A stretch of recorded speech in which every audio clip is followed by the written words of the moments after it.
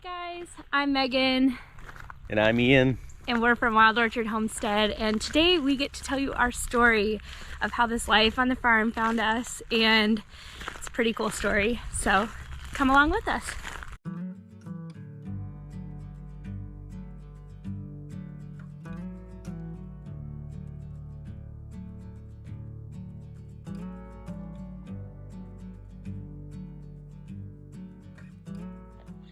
All right, so we're up here at the top of the property, just to give you guys a view of it.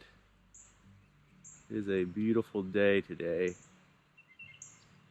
And we're just gonna take a walk through the property and talk about our story and our why in life. So come along with us.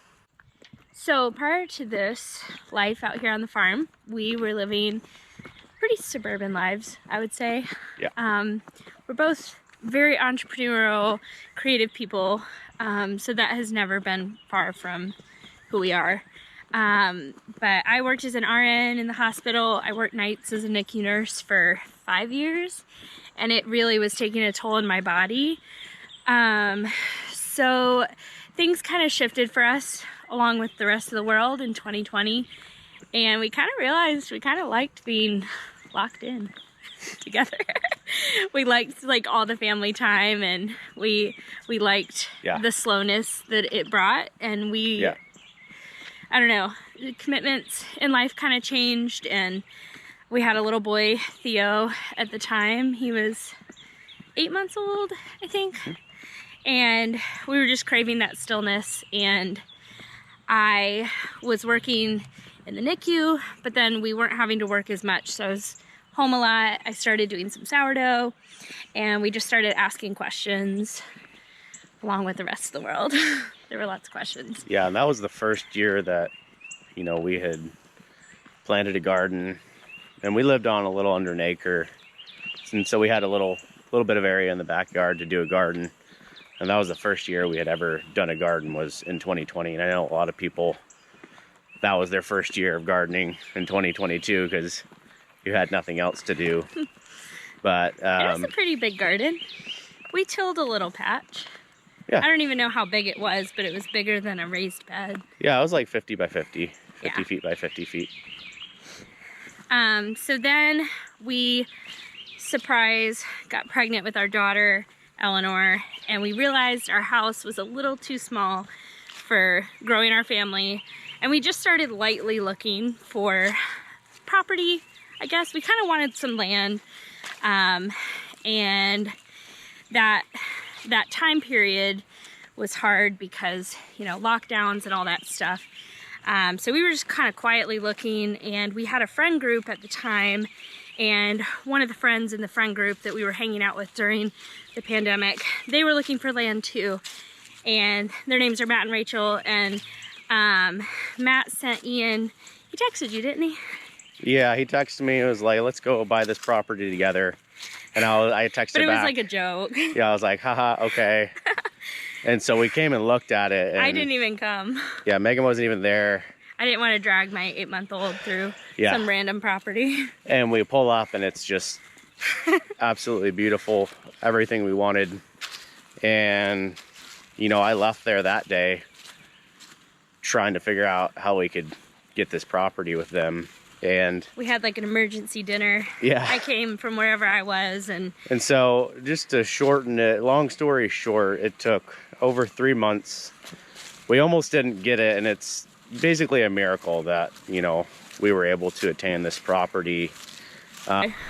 So we feel very blessed to be here, and we feel like it's a miracle that we got this property. Going over the creek right now. This property has a pond up at the top and 2 creeks running through it. But we feel like we have been given this property to steward, because really the property's been here since the beginning of time, and, you know, on paper maybe we own it, but we really don't own it. We're just stewards of it.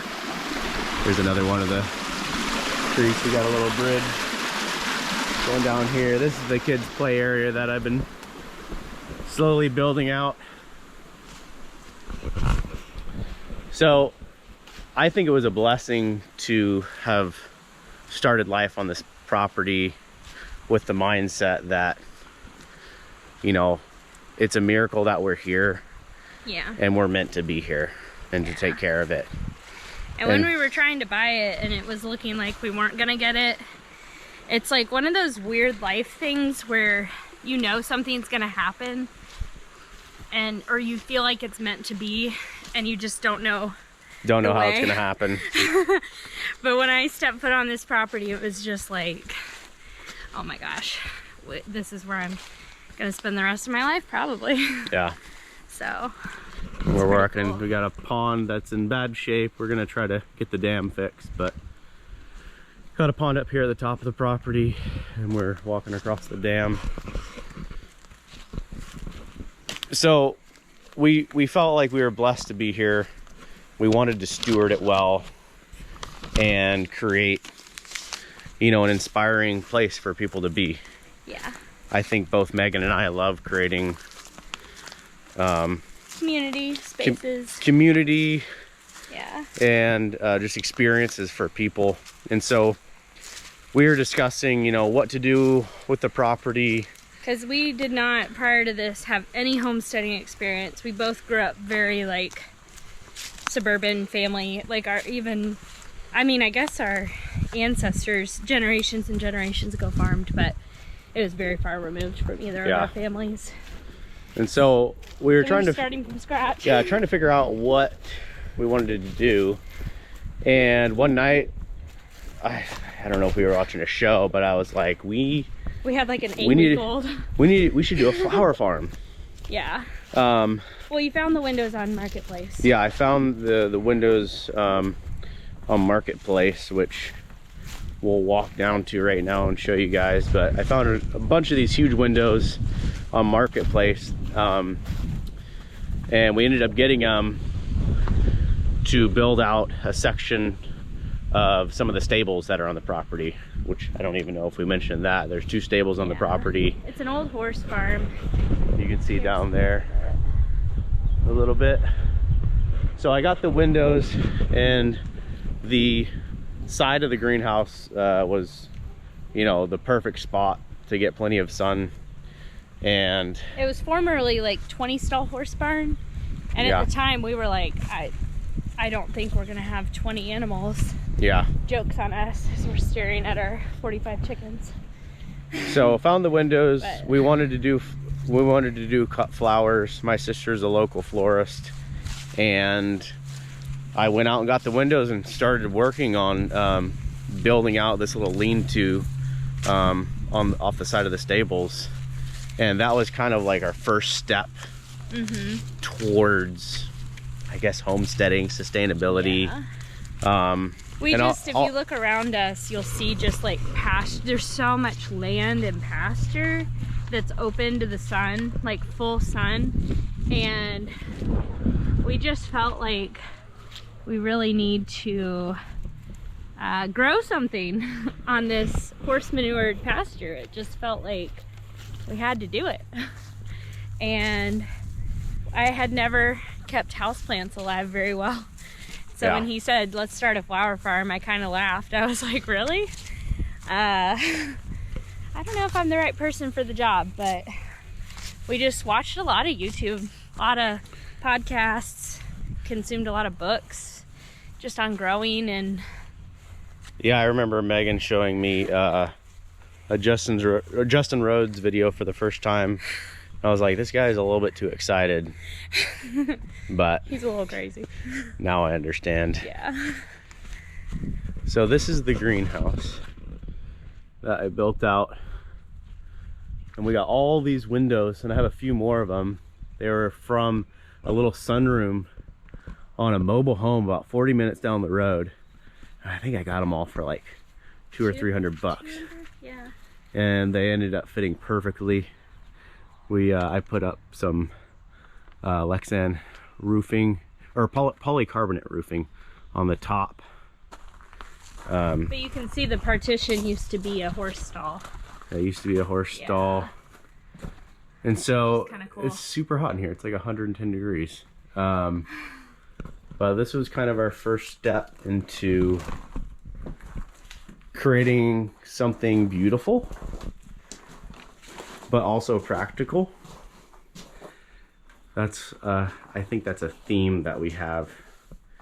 We want to create beautiful places and spaces on the property, but they also need to be dual purpose too. So the greenhouse has been a really special place. Yeah, it's been a great spot to grow into. Everything's growing in here. Us, yeah, our little plants. And I do photography on this side too, so it was a perfect spot to take pictures for people. Beautiful lighting. The greenhouse has been absolutely one of our favorite structures on the property. And then you built this. We're standing under a little pergola. Yeah, we're just kind of... It's nice to have some shade and a place to eat right outside the greenhouse during the summer. You can see the the tulips coming up over there. But when we first started, we didn't know anything about anything, so we did till the ground, and we had 2 rows of zinnias and cosmos. And then we got, we didn't start with chicks, we started with pullets, and we still to this day, anytime friends ask us about it, we recommend starting with pullets. That was a great way to start. Like, they started laying within a couple weeks. It was so great to start with a few pullets, because then it got really addicting. And now we have like however many, and some ducks and all the other animals. After that, after we started chickens, our friends that we got the chickens from invited us to come over to their house and help them process their meat birds. And I was kind of freaked out at first, honestly. Yeah, I was not excited. No. Oh, sorry, cat. Just stepped on your paw. Aw. Hey, Belle. Come here. This is Belle. This is one of our barn cats. Yeah. Belle. Yeah, they're loving it out here. Yeah, but the first chicken processing we went to, I was not excited at all. No. But I was like, this is something we're considering getting into, so I should probably go do it. And yeah, I think we were surprised at how okay it felt or kind of went when you had a system. Yeah, we definitely had that light bulb moment. Yeah. After you dispatch them and then dunk them in the scalder, and they go through the plucker, and then you got store chicken. Got a chicken that we're familiar with from the grocery store. And I just had zero experience with, like, how do you even process a chicken, and that to me felt really overwhelming until we decided to do it. And then I was like, oh, this is actually really great. And we've never, to this day, have never processed chickens without community. And I think that's another thing that a lot of people do try to do it with just like a couple, or like just with themselves. And it is harder when you have a million chickens to do by yourselves. But it gave us this vision for, like, oh, when you do something together, it's not fun to process chickens, but it brings that communal experience, and you're learning and growing together and appreciating, like, good food that you raised in your backyard. Super cool. That was a really important first step for us. Yeah. And it made us realize that, oh, this is something we could do. We can totally do this. So it did start with chickens. It was basically chicken math. And then we got our cows. I think not too soon after. I think it was the late spring. We have another neighbor up the road a little bit who worked at a regenerative farm previously. And he came to us, and we started to get to know that. His name's Chadwick. We started to get to know him, and he was like, hey, can I run some cows on your property? And Matt and Ian were like, well, can we, like, do it together? Like, Chadwick didn't have the property to do it, but that was kind of when we decided to, like, try some cows. We just had tons of pasture, and Chadwick said he would, like, show us how to do it. It was really fascinating. And we learned a ton from Chadwick. So much from Chadwick. Over the years. Yeah. It's been really good. So we did that, and then we did our meat chickens in the fall of that year. Fall of 2022. We did our own meat birds for the first time, which we can walk over here. I purchased the John Suskovich, I think that's how you say his name. his plans for the chicken tractors. We're in our barn. Did you show the barn? Yeah, we're inside the stables. It's huge. It's so beautiful. All the old Yeah, they're two little barn sawmill. cats. Well, this is the chicken tractor, the first one that we built. Currently using it as a cat house because after a lot of research, I realized this is the best way to raise barn cats. You basically keep them in here for the first month that you have them, and it just imprints on them that this is home. This is home, and it has worked so well. So well. They're so friendly. And they just stay out here, and they're putting some hurt on the mouse population, which is really helpful. But this was the first chicken tractor that we built out. Yeah. Like I said, John Seskovich plans. We like it okay. It's yeah. A little. We really liked it. I'll show you guys how it's kind of. You can definitely like. I'm 5'2", so if you're a little bit taller, you definitely have to kind of like bend down when you're taking care of the meat birds, which was something that is a little bit annoying because you're kind of crouching with these messy birds. And so we were like, hey, let's try to do a cattle panel version of this. Yeah. With 2 doors. We kind of like, once you do it a few times, you kind of realize what you want in a chicken coop, you know? Yeah. So that was our first one. We just raised them all in there. And then that next spring, we wanted to do more meat birds. And so oh, that's Juno. yeah, this is Juno. She's our little Anatolian Shepherd puppy. She's gonna be a little kind of half Livestock Guardian dog, family half dog. the pet. We're She's still so figuring it nice. out. Oh, hi Juno. Hi Juno. Oh, but so anyways, sweet. I Come inside. yeah, I built these, and these are pretty common. But I made a few of my own modifications. I put in the hardware cloth on the bottom for predator protection. And we got little my baby favorite ducks today. These are the first little ducks. Oh my gosh, I'm obsessed. I'm just gonna like carry them all around. And so this was Megan's idea. We'll probably do plans for this down the road, but these boards are removable partitions. And you can show this side too. There's one on both sides to have like an aisle. We don't have it in yet. Our meat birds are coming in another week or two, so we're gonna put them over here, ducks over here until they get big enough in a few weeks. So this can be like a dual breeder. Yeah, it's a dual purpose. It's a system. brooder, and then once they grow bigger, we'll remove the partitions. Yeah. And then it turns into just like a mobile coop, like the just a mobile chicken tractor. Seskovich one. Yeah. So this is kind of where we've come over the past 2 years, year and a half of doing meat birds, and we really love it. It's it's something that is sustainable for us, and it provides food for our family. And we've grown to be connected to our food through the meat birds and raising cows. It has significantly just like connected us to our food. I didn't even know how chickens were usually raised ordinarily. It kind of freaks me out now. It's so nice to know that we have food in our freezer that has seen the sun, eating grass and bugs, and if I'm gonna eat chicken, that's how I want it to be.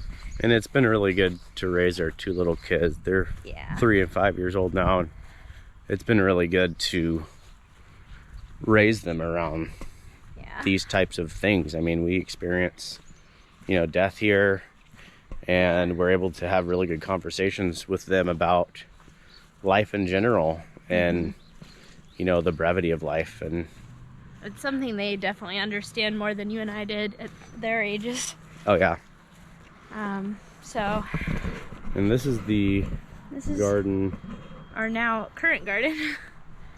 Yeah. And we are in very early March, so things are very, very small. It's pretty hot today though. It rained good yesterday. It's like 70 degrees today.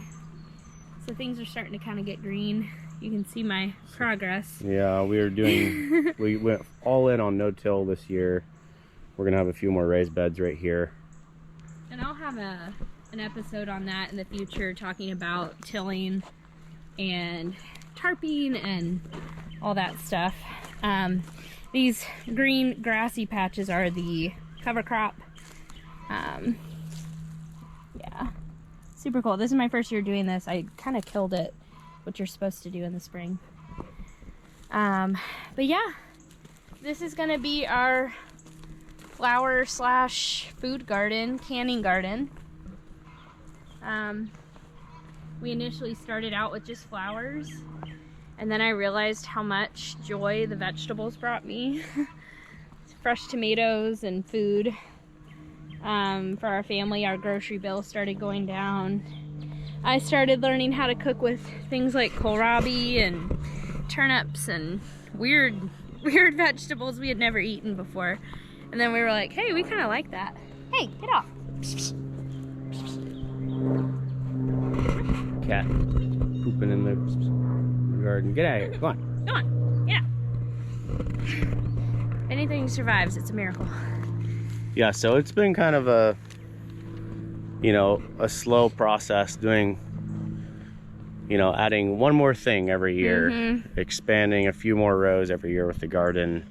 Yeah. And really the last, I'm gonna say, really just like the last 4 months, we've just started to talk a lot more about just our why on the property here, because I know we've been blessed to live here, and we feel like, you know, it's up to us to live a life that inspires other people, and to, you know, question the way we've been doing life. Lots of questions. Know, since we were little, just with the food we eat, you know, processed food. We basically did a 180. We really don't eat processed food other than, aside from being just normal humans who need, you know, we have a little takeout place for every now and then. We're not perfect, but it's kind of the 80-20 rule, but we really don't buy stuff like we used to from the grocery store. Yeah. And it feels good to just like grow food out of our garden. We eat very seasonally. Anytime there's, like last week, there were fresh strawberries at a local cafe that were greenhouse grown, and I definitely bought a flat of them. We hadn't had fresh strawberries in a long time. So it's kind of cool to live that way. It just kind of keeps the magic of the seasons. I think the world has kind of lost the magic of seasons, and working with your hands in the dirt is, I know I struggled with anxiety and mental health stuff. Working nights was really hard on my mental health. And just coming out here, I mean, my anxiety is, it's different because we have a million animals. Yeah. The anxiety part comes with, like, it's almost like this good pressure. It's like this good, like, hard work, and it does feel a little overwhelming, but it's not the crippling anxiety that I used to struggle with. Yeah. And just coming back to kind of the life philosophy stuff that we've been discussing, you know, what Megan was just referencing kind of came from a quote from Viktor Frankl. He wrote a book called Man's Search for Meaning. And that book, I read it for the first time about 1.5 years ago, and it totally changed our lives and how we view. He talks a lot about suffering and how meaning can be had from suffering. And so we've been talking about, we call it that meaningful tension that we need to search after in our daily life. And homesteading, growing your own food, raising chickens, these are all incredible ways of adding in that meaningful tension in your life. And this is the quote. It says, what man actually needs is not a tensionless state, but rather the striving and struggling for a worthwhile goal, a freely chosen task. What he needs is not the discharge of tension at any cost, but the call of a potential meaning, a call of potential meaning waiting to be fulfilled by him.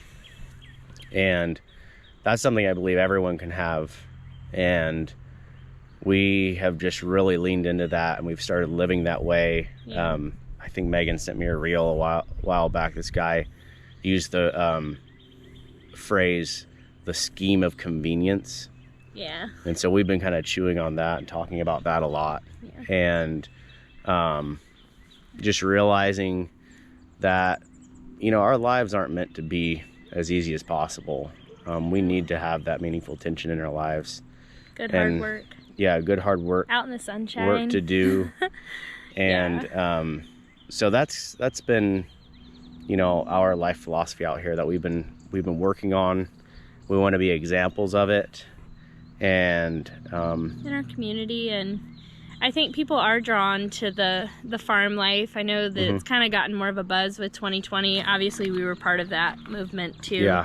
But I think there's a reason why it's gained in popularity, is because people are finally realizing how much we need each other as community, and how we need good hard work, and like not relying so much on the systems around us, and being able to like do something for yourself, like make your own, you know, laundry detergent, and just start checking things off the list of like, okay, I don't have to go buy that every single time I go to the store, or Yeah.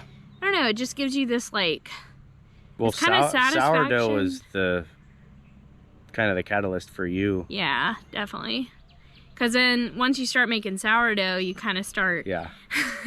I don't know, there's so many funny like things online about it. Just, it's kind of the gateway drug into like, oh, if I can make my own bread, I've got to make my own jam to go with it. And then it's just this like, and then I need some eggs, so I got to get some chickens.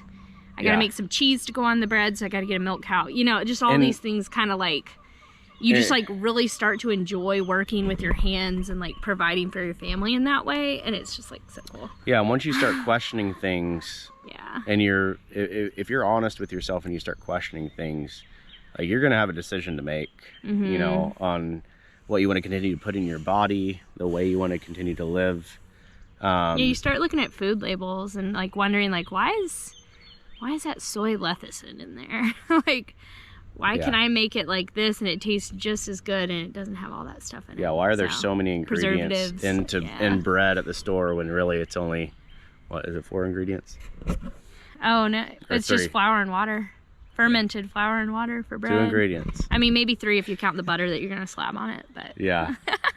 So that's been kind of the path we've been on for the past 2 years, but recently in the past few months, we've really wanted to put into words, you know, our why out here. I think everyone needs a why in their life. Yeah. And when you start talking about it and sharing it with your friends, I mean, that's going to affect the way you act, and your actions, you know, if you stay consistent with them, you know, they're going to affect your character. And, you know, I believe that when you maintain a certain way of life that's filled with meaning, that's going to affect generations down the road. And so that's our why. That's why we're doing this. We want to set an example, kind of set a legacy for you guys and for our community and everything. You got to have like a generation. You got to think of the next generation too. Like, we're living, and the stepping stones we're placing are for the next generation. Yeah. And our kids, you know, they may take or leave some of the farm stuff. I hope that it changes them and they enjoy it. I think it will. I think they will. Yeah. And so that's our, you know, Megan's mindset for these videos. Yeah. It's our ethos here at Wild Orchard Homestead. Yeah. And we want to bring you guys along, share what we're learning. And we realize, I know maybe some people watching this have gotten burned out on homesteading, and we definitely have been in that place where it's like, this is too much. Why are we doing this? I just go down to the store. It's expensive too. We had to kind of make some decisions with our chickens. Like, we were feeding them all organic, and then they weren't laying any eggs, which is very normal. But we were like, you know what? I think for a season, let's do some non-GMO for the season. We're not actually eating the chicken. We're just consuming the eggs, and just making little decisions like that. Like, yeah, we would love to do like full organic feed for everything. We tried some pigs, full organic. That was really expensive. Yeah. I don't think we would do that again. And we almost need like a milk cow to feed them skim milk or something. You just like start learning like, oh, if you're gonna raise things this way, this is how you sustainably do it. Yeah. And so we realize there's the tendency for burnout with homesteading, and we want to just put out the message of figuring out your why. Yeah. And if you do have a why, that can create meaning and purpose in your life, and can greatly affect the trajectory of, you know, your pursuit of, you know, having a homestead or living more sustainably.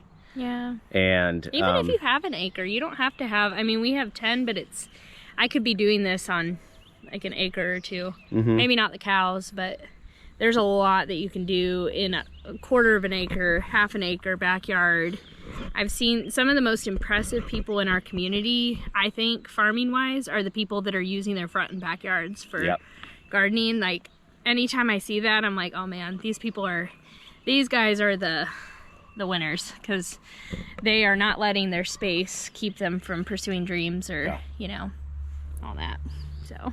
And one last thought on kind of our mindset out here is, like, you need that hard work in your life, and you're going to fail. Failure is part of the process. Like, failure is how you pay for success. And like these cats, like we had 2 cats tragically before them that we didn't know what we didn't know, and we didn't have a good system. We didn't know our property well enough, and we lost 2 of the cats over the course like 2 years ago.